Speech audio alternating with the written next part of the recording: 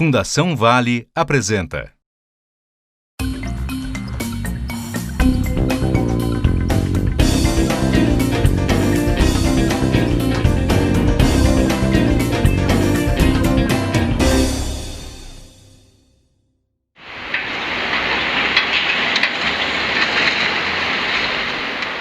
As transformações urbanas demoram, mas acontecem e acontecem o tempo inteiro. A cidade é um organismo muito vivo, muito dinâmico nas suas contradições, nas suas disputas pelos melhores lugares e maiores valorizações, né? De maneira que o tempo todo a cidade se modifica. As cidades crescem aqui no Brasil de uma forma muito característica em toda a América Latina, que elas crescem geralmente de forma horizontal. Elas crescem em área e em população. As cidades vão crescendo de acordo com a direção, né, das frentes imobiliárias, as novas frentes imobiliárias, por exemplo, o Rio de Janeiro, na direção de Copacabana, depois Leblon, depois Barra da Tijuca. Então, assim vão as frentes imobiliárias. Mas há esse processo em que a pobreza vai para a periferia, estende a cidade. É um modelo de crescimento muito caro, porque ele estende as redes de água, esgoto, drenagem, energia, pavimentação. Então nós podemos chamar de uma ocupação extensiva, não é? Espalhada pelo território e rarefeita de população como uma cidade cara, e, ao contrário, uma cidade mais compacta, não é? De uso mais intensivo, tende a ter serviços públicos mais baratos e de maneira mais racional. Na cidade compacta, você tem o que nós chamamos de mix de uso. Então, você mora num apartamento, a padaria pode ser no térreo, o chaveiro pode ser no térreo, a escola é próxima. Você tem a possibilidade, enfim, de fazer menos viagens que pesam sobre a poluição do ar, o aquecimento global. O interessante é ter cidades compactas que sejam intermediadas por parques, áreas verdes, etc. Acho que pelo próprio horizonte dos próximos 50 anos, as nossas cidades continuarão crescendo. Ela pode se desenvolver em número de habitantes e em área construída e pode se desenvolver de uma forma perversa. Belém está se expandindo e as áreas periféricas de Belém estão sendo mais valorizadas no processo de urbanização com exclusão. Aqui nós temos o exemplo do Portal da Amazônia, que é um projeto que está aterrando uma parte da orla. Para fazer essa obra foi necessário tirar centenas de famílias que já moram há 30, 40, 50 anos nessas áreas, né? Moram em palafitas, moram em casas de madeira, em casas precárias. Essas famílias foram retiradas e agora a orla está se valorizando, né? E há interesse, então, do mercado, já há interesse de empresas querendo instalar hotéis, porque é uma área que fica de frente para esse belíssimo rio chamado Rio Guamá. A cidade neoliberal é a cidade do mercado. É a cidade onde o mercado se impõe sobre toda e qualquer outra valor, sentido, significado, porque está baseado no pressuposto de que o mercado, funcionando por si só, as livres forças do mercado ordenam de melhor maneira o espaço urbano. O que nós sabemos é que a forma pela qual o mercado ordena o espaço urbano é segregando e aprofundando as desigualdades. Uma das características mais perversas da expansão urbana brasileira é de que não tem lugar para todo mundo. Os pobres, por exemplo, são destinados à periferia, às periferias metropolitanas, às piores áreas, às piores localizações, às áreas mais desvalorizadas, às áreas ambientalmente mais sensíveis, encostas, topos de morro. É a falta de opção de alternativas formais que são oferecidas à população de baixa renda. E o que são alternativas formais? São as casas que têm a luz elétrica, tem um serviço de água, tem a saneamento, assim por diante. Esse conjunto, esse habitat que a gente está falando aí, ele não é acessível, não há suficiente oferta a preços acessíveis desse bem para a população compatível com a renda que é da população. Então, há muitos, na ausência de uma oferta a preços acessíveis, as pessoas ocupam o que é possível, dão um jeito. Em 2010, foi feito um diagnóstico sobre as ocupações precárias em Belém do Pará. Só o bairro do Bengui tem 16 ocupações precárias. Em Belém, nós temos que ter mais de 100 ocupações precárias. Então, esse processo de precarização da moradia, é um processo que não é novo, mas cada vez mais que o processo de urbanização chega de forma injusta, vai expulsando o pobre cada vez mais para a periferia, para áreas não urbanizadas, sem saneamento. Eu já estava tendo problema onde eu morava. Então isso daqui era uma maneira boa. A casa que eu moro não é minha. Então eu tenho que procurar um lugar para mim morar. Então surgiu essa invasão e eu me meti aqui, né? Meti na invasão, eu digo, aí, se não sair, eu vou garantir minha moradia. Era muito ruim, muito difícil. Você morando, dormindo debaixo de lona, quartinho de madeira, aquela coisa toda. Aí que lá surgia uma confusão, você tinha que bater, o camarada já queria te tomar aquele terreno. Os serviços públicos já não atendem a população.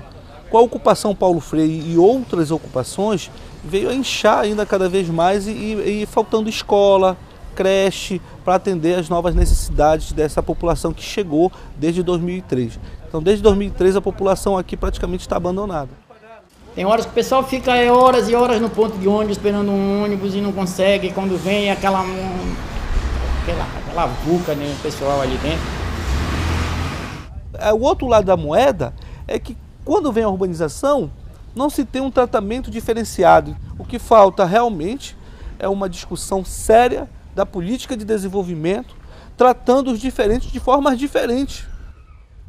Você tem áreas no Rio de Janeiro, São Paulo, Recife, enfim, Porto Alegre, que não ficam nada a dever às melhores áreas de Nova York, Londres, Paris, etc. E outras áreas que não ficam nada a dever a áreas que você encontra em Bangladesh e em algumas cidades africanas. Obviamente que esse tecido esgarçado, do ponto de vista social, é bastante preocupante. Isso não só pode, mas tem tido consequências bastante nefastas do ponto de vista da convivência social. No fundo, é um tipo de ocupação que tem também consequências fortes do ponto de vista cultural, né? Eu entenderia que o planejamento urbano com uma face mais social deveria evitar esse tipo de situação tão radical de separação social no espaço, né? E aí a gente podia falar em dois grandes modelos de segregação, que é o modelo mais clássico, que talvez São Paulo tenha representado melhor, né? São Paulo é mais exceção do que regra, que é o da expulsão dos pobres para as periferias, né?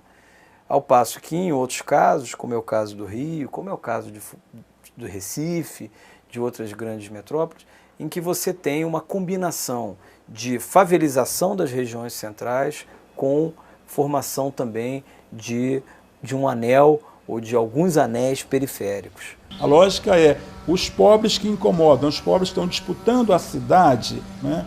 Mas que você tem que acomodar, tem que manter cada um no seu lugar. Já que não pode remover todo mundo para fora da cidade mais estruturada, né, com todos os serviços, você tem então que expulsar esse que a gente chama da periferização da pobreza, e isso é uma tendência, mas também é uma resistência desses lugares. As favelas onde elas se instalaram até agora, elas brigam e vão lutar para permanecerem aí.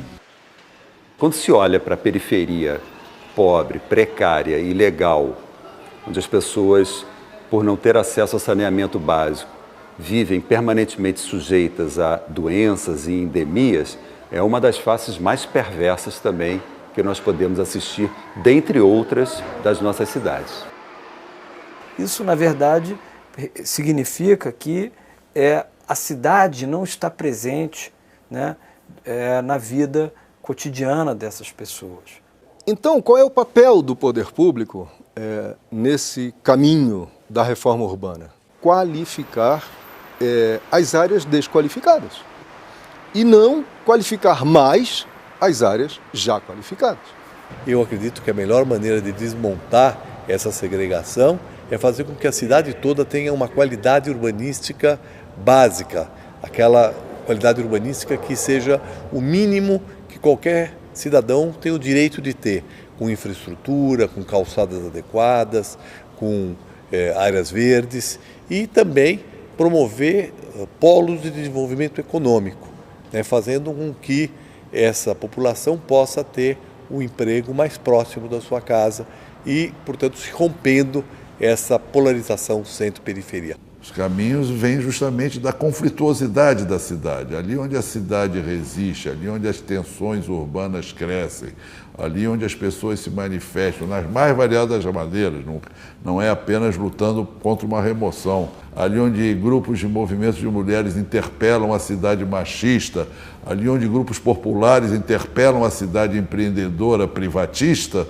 ali onde grupos culturais ocupam o espaço público e muitas vezes são escorraçados porque estão onde não deveriam estar, né? Sempre esses são os grupos que questionam e produzem experiências alternativas. Discutimos muito pouco a totalidade da cidade.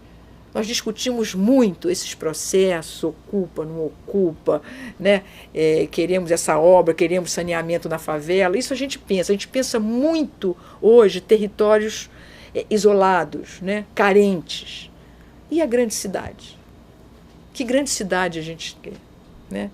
Onde as pessoas possam se encontrar, onde as pessoas possam se confrontar, porque democracia é confronto, e a cidade é o lugar do confronto, a cidade é o lugar da sobreposição de culturas, de valores, né? Então, como é que a gente garante isso, pensando, né, um ideal de cidade? Que os diferentes se confrontem e ganhem a maioria.